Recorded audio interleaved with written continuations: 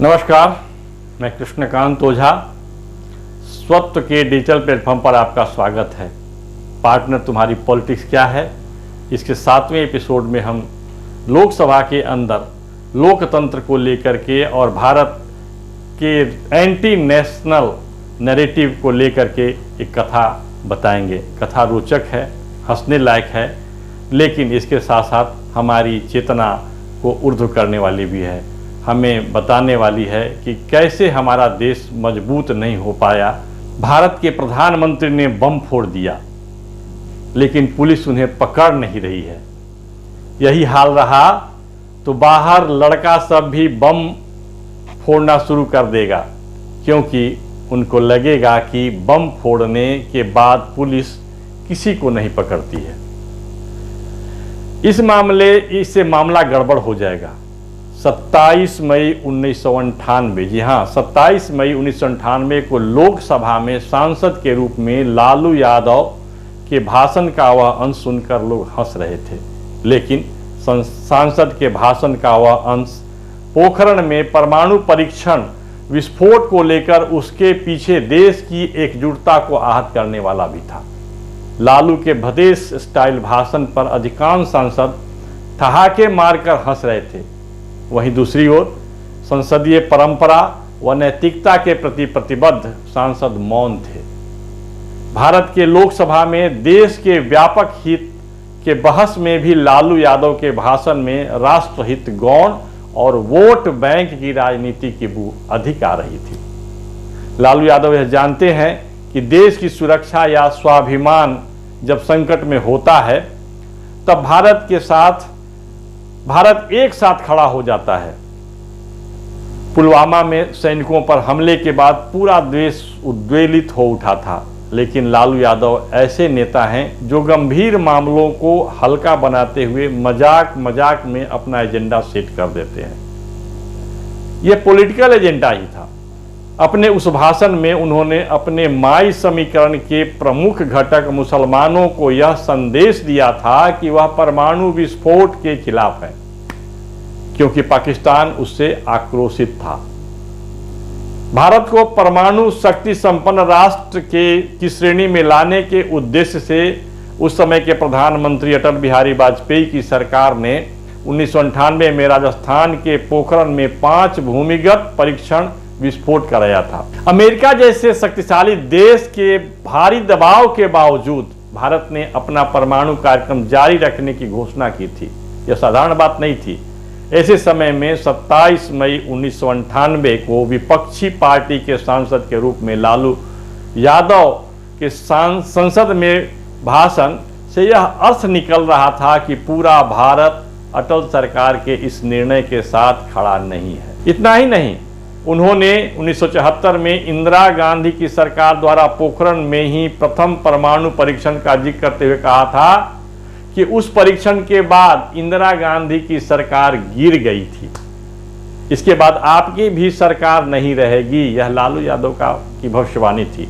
हालांकि कुछ सांसदों ने लालू के उस कथन को गलत बताते हुए कहा था कि इंदिरा गांधी की सरकार 1977 में अपदस्थ हुई थी।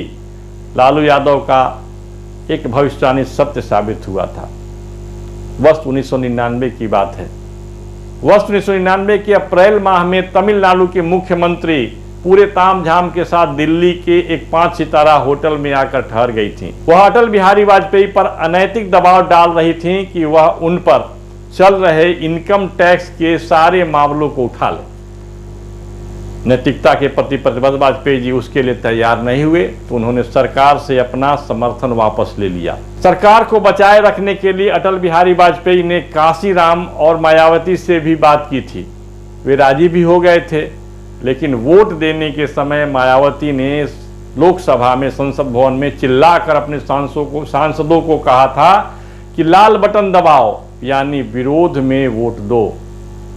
वाजपेयी सरकार इससे भी बच जाती, लेकिन 6 माह पूर्व उड़ीसा के मुख्यमंत्री का पद का शपथ लेने वाले गिरधर गोमांग ने संसदीय नैतिकता को तिलांजलि देते हुए वाजपेयी सरकार के विरोध में मत देने के लिए सदन में उपस्थित हो गए थे।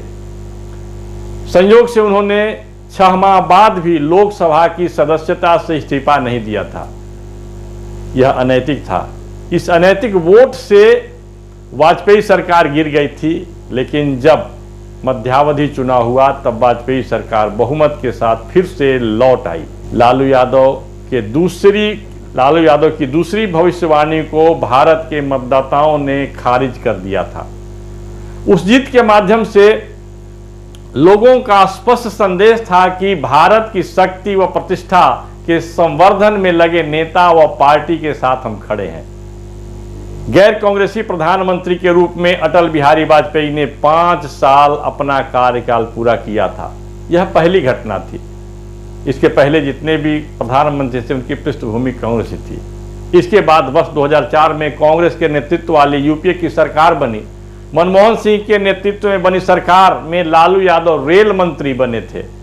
उन्होंने कहा, किसे प्रधानमंत्री बनने का मन नहीं करता है, मेरा भी मन करता है। दलित, पिछड़े या माइनॉरिटी को कोई प्रधानमंत्री बनने देना नहीं चाहता है। बिना मेल का बियाह कनपट्टी में सेंदूर लगाने से कोई प्रधानमंत्री नहीं बन जाता। लालू ने अपने भाषण के क्रम में अटल बिहारी वाजपेयी के कार्यकाल में हुए पोखरण परमाणु विस्फोट का फिर से जिक्र किया था। उन्होंने कहा कि जॉर्ज साहब पता नहीं आज क्यों वहां बैठे हैं। उन्होंने हमें समाजवाद का पाठ पढ़ाया। टेररिस्ट तो वह भी है जिसने आस्था के प्रतीक बाबरी मस्जिद को विध्वंस किया था। लोकसभा में उनके दोनों भाषणों को देखें तो वे अपने माई समीकरण के लिए देश व समाज के हित को दरकिनार कर भी अपने फायदे का नैरेटिव तैयार कर रहे थे। उस नैरेटिव को समाजवाद का जामा पहनाकर उसके फलक को वे बढ़ाना चाहते थे। उसके लिए यदि आतंकी गतिविधियों का पक्ष लेना पड़े तो कोई बात नहीं। समाजवाद के रैपर में वंशवाद की इस राजनीति के बारे में आपकी क्या राय है, हमें जरूर बताइएगा। लेकिन इस लोकसभा चुनाव के अवसर पर हमें सोचना होगा कि इस प्रकार के एंटी नेशनल नैरेटिव चलाने वाली राजनीति क्या चलेगी, या फिर हमें भारत के पक्ष वाली नैरेटिव वाली राजनीति की आवश्यकता है। इतना के साथ बहुत बहुत धन्यवाद। आप हमें अपने विचार सुझाव देते रहें। फिर मिलेंगे। नमस्कार।